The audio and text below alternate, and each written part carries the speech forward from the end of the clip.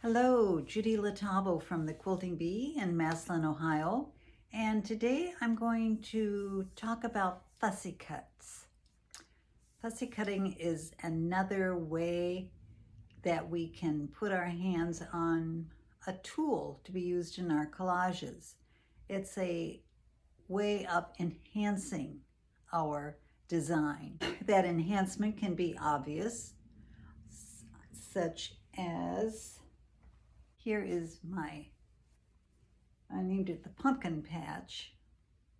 And if you look right up here, you see this little bumblebee honing in on this blossom.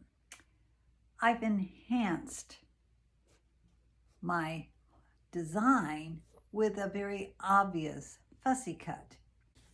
It can also be a fussy cut that we have incorporated into our design. And an example of that is in my rooster.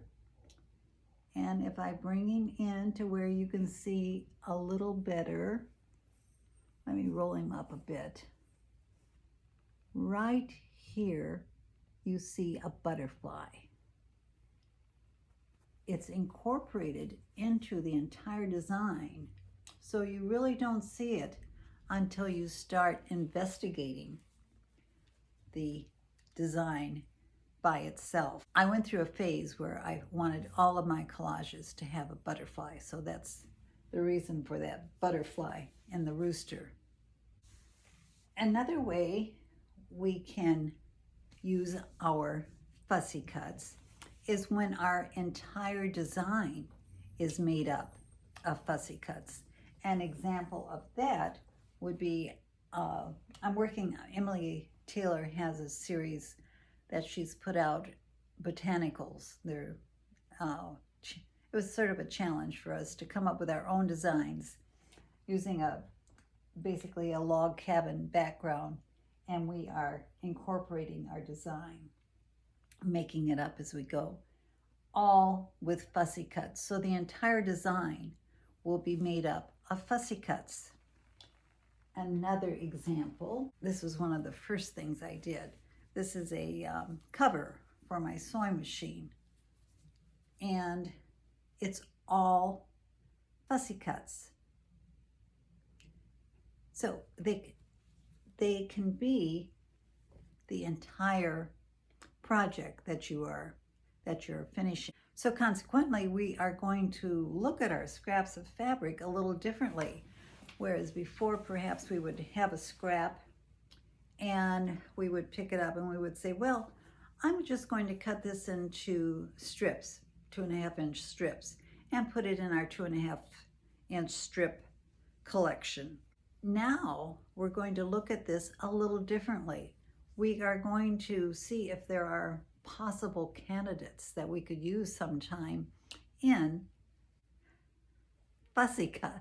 All I could think of was Jiffy Lube, but fussy cut design. So I look at this and I say, boy, those would be neat daisies. Now I'm not going to cut out the daisies exactly. I'm just going to cut out around them, because if I were to take the time to cut them out, I probably wouldn't cut out many. So I'm going to just cut around the item that I want to save for a fussy cut. And just as with my regular collage, once I have cut out that 4x6-inch square fabric or rectangle fabric, or cut out around my fussy cut, I will apply it to my light steam-a-seam.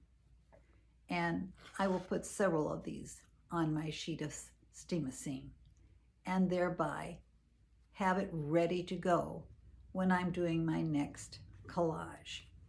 At that time, just as when I'm doing a traditional collage, at that time I will cut out the design, the shape that I want. And that's when my handy dandy Karen Buckley scissors come into play, because with those sharp points, I'll be able to get in and around all of these petals.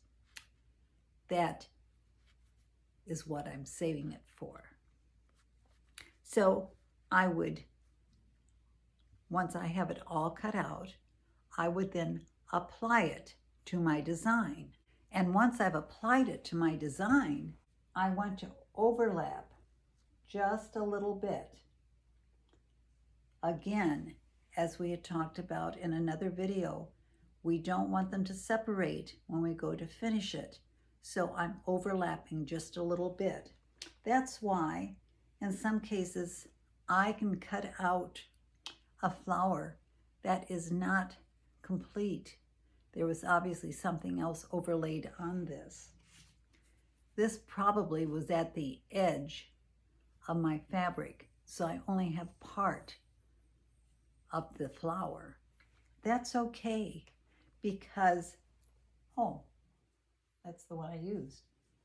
Because I can tuck this cut part under another element or put another something, a leaf or something, over this part that is incomplete.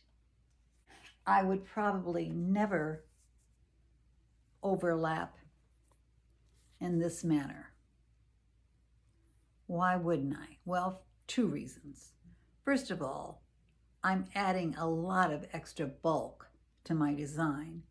And secondly, I'm wasting a lot of what I have cut out. So I would probably, if I really wanted this look, I would probably cut this off, saving what I'm not using, because that's what this was probably from. So again, a little piece from another flower that, rather than throwing it away, held on to it. And of course I can't put it in there now without getting my tweezers out, but we try not to waste our flower. Now, sometimes we just don't have all of the different elements that we want for our fussy cut design. So we go out shopping for fabric, and you don't need much of it, just as with regular collage. So you're going to be shopping for either fat quarters, no more than that, or a fat eighth if it's a shop that will sell fat eighths. But you're going to want to buy fabric that has elements in it that you can use. You're looking for insects, leaves, components that you can use, flowers, not teeny tiny flowers. We want larger flowers. Kaffe fabric, and kaffe seems to have really large flowers.